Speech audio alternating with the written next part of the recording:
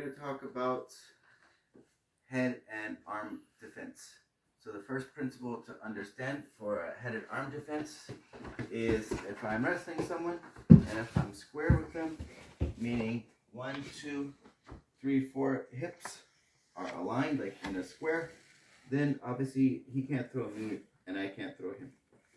And the same principle is going to apply if he's standing here and I'm directly behind him. 1, 2, 3, 4 hip points are still square. So obviously, if our hips are aligned like that, he can't throw me. If I'm behind him, he's in front of me, he can't throw. So just keeping that principle in mind. The best way not to get thrown in a head and arm is to prevent it. So if I'm wrestling and someone starts to grab my head and I sense they're going to start to try to throw me, first thing I'm going to do is I'm going to bring in my arms like a T-Rex and square up to them.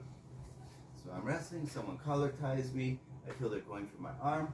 First thing I'm going to do, T-Rex, square up to them. Why? The same principle that we just talked about. If our hips are square, someone can't throw me. So I'm wrestling with someone, they collar tie me, I feel they're going for an arm. So that means they're going to try to get their hips below me. Before they can even do that, I'm going to suck in my arms, make my head up, and go square. Turn and face them. And then after that, or even before that, what I'm going to do is I'm going to prevent them from even grabbing my head. Anytime someone grabs my head, I'm going to grab here at their wrist, lower my head, wipe. So I'm wrestling. If they have a good hand and arm throw, I'm not going to let them grab my head. If they grab my head, clear, wipe. Clear and wipe. And I have to do that right at the wrist because the wrist is very weak. Just grab the wrist. But once I get better at that, when I grab the wrist, I can take it off. And when I wipe it, I can wipe it to their far hip. And if I can do that well and place their wrist at their far hip, that might open up their near leg for a leg attack. And then another thing I might be able to do once I get good at that, when I wipe, I might be able to use my other hand to grab their wrist like that. If so, then their matching leg here might also be open for me to attack, maybe a single leg. So I can push it to their far hip. I can push it to my own wrist, go for a single leg, or go for another attack. If they grab my head and I feel them going for a head and arm, I can suck to my arm, pull my head, and square up to them. Square with them. A second way, if they grab my head, and I think they're going to set me up for a head and arm throw, even before they do anything, just preventative.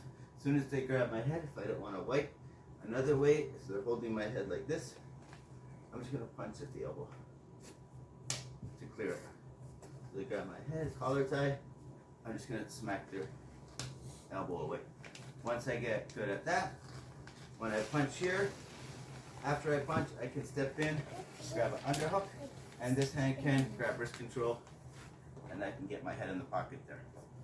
So I'm wrestling, they collar tie me, sometimes I wipe, sometimes I use my other hand to punch their elbow, jump in for a collar tie, get my head in the pocket, get wrist control, and then I work my offense from my underhook game. For example, one thing is I could pull their underhook, pull it into me, and give myself a single leg. A third thing I can do, if they have a really tight collar tie on me, this isn't working, the wipe isn't working, I can do like you do in boxing, where I'm gonna take an outside step and weave. Like this. Like this. So they have a tight collar tie on me, I'm gonna reach out, grab their elbow, suck it in really tight.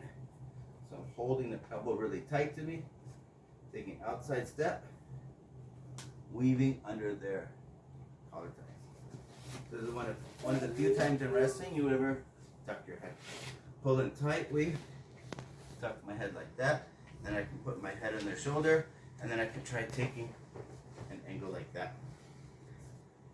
Let's say, for example, after all of that, they do get a head and arm, and they do start to throw me.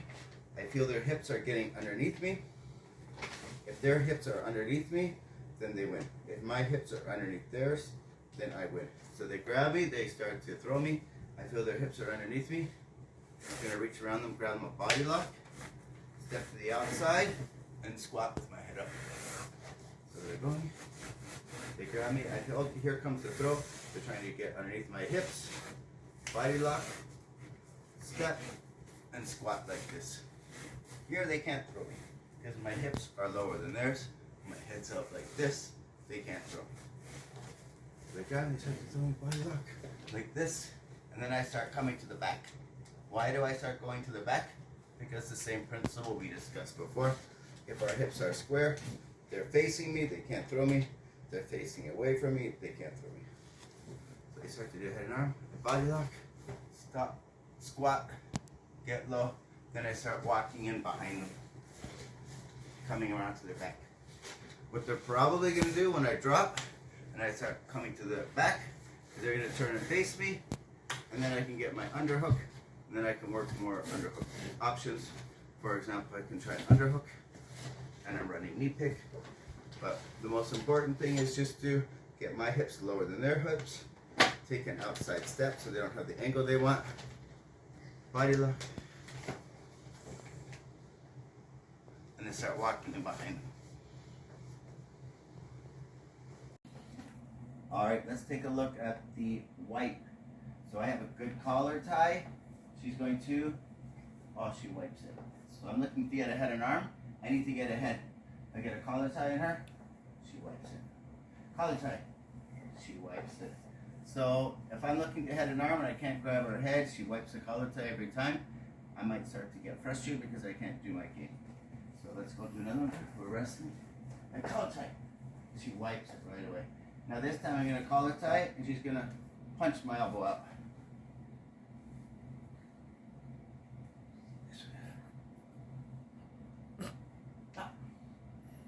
Oh. But clears the collar tie. Got a good collar tie, but she clears it. And now this time she's going to collar tie me really tight. I can't clear it. I can't wipe it. I take her elbow. I pull it really tight to me. This I take the outside step. I duck under, weave like this, and put my head on her shoulder. So like I said, this is one of the few times you lower your head in wrestling. She has a tight, tight, tight collar tie on me. Oh, I can't wipe it. I can't clear it. So I grab the elbow. I pull the elbow in really, really tight, really, really tight. Outside step. Weave. My head right on her shoulder like this. And I look to try to get that angle. Yeah. Alright. And then if I try to do that head and arm throw, and her hips are lower than mine, yeah, it's going to be very hard. I can't. So that's why you want to, she tries a head and arm throw me.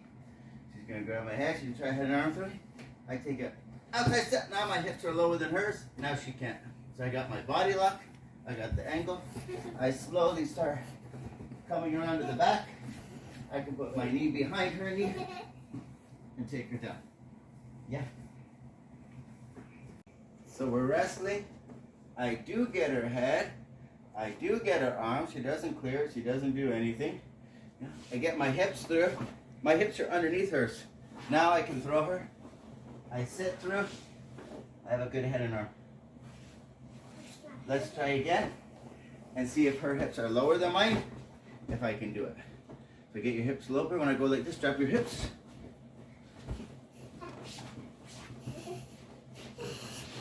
Then you can't do it when the hips are low. So if you want to win the head and arm game, your hips have to be lower than theirs. Then you'll win.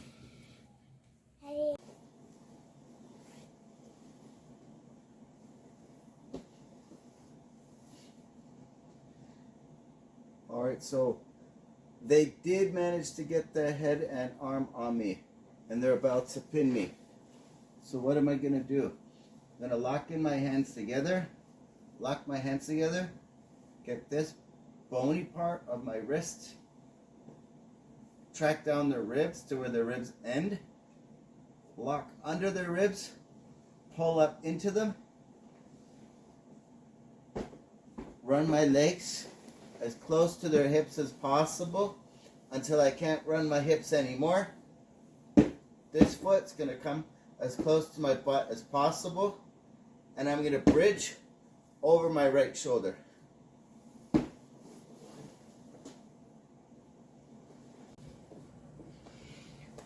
All right, final recap. First thing is preventative. Don't let them get your head. And if they do have my head, what's better for them if I'm giving them forward pressure? If I'm giving them forward pressure, then I'm essentially giving them my hips. So if I do want to give them forward pressure, don't be so strong with my front foot. Drive off my back foot. That'll just help me be more balanced. If I'm driving really hard with my front foot, then it's easier for them to throw me. But if I think they want to head and arm me, then I shouldn't be giving them forward pressure. But if I do, then it'll be like off my back foot. And my arms are T-rexed, my head's up. So I don't let them grab my head. I wipe, I pop, I weave. If they do start to, they grab my head, they do start to throw me, then I turn and face them, square up to them, square up to them. If they do get the head and arm, they do pop their hips, and they're about to start throwing me, step, drop, squat, get my head up. And then from here, I'll start trying to go to the back, because if I'm behind them, they can't throw me. If I start squaring up to them, then I'm giving them the throw, and I'm making the headlock tighter. So they do pop my hips, they are about to throw me, like this, start coming to the back. Most likely they'll let go of the head and arm because I'm getting their back. If I get their back, that's beneficial for me. If they're smart, they're not going to let me take their back. So they're going to turn and face, let go of the headlock. I'll have an underhook, and they're going to step to face me, and I'll run a knee tap. But if they don't, then I'll just come take the back, come take the back, come take the back. If they're still holding the headlock, then I can just do a knee block. If they let go of the head and I'm behind them, then I can do things like a mat return. I can do things, if I'm behind them, force them to step, go for a foot sweep, other things like that. But the important things to know is to be preventative. Don't let them grab your head.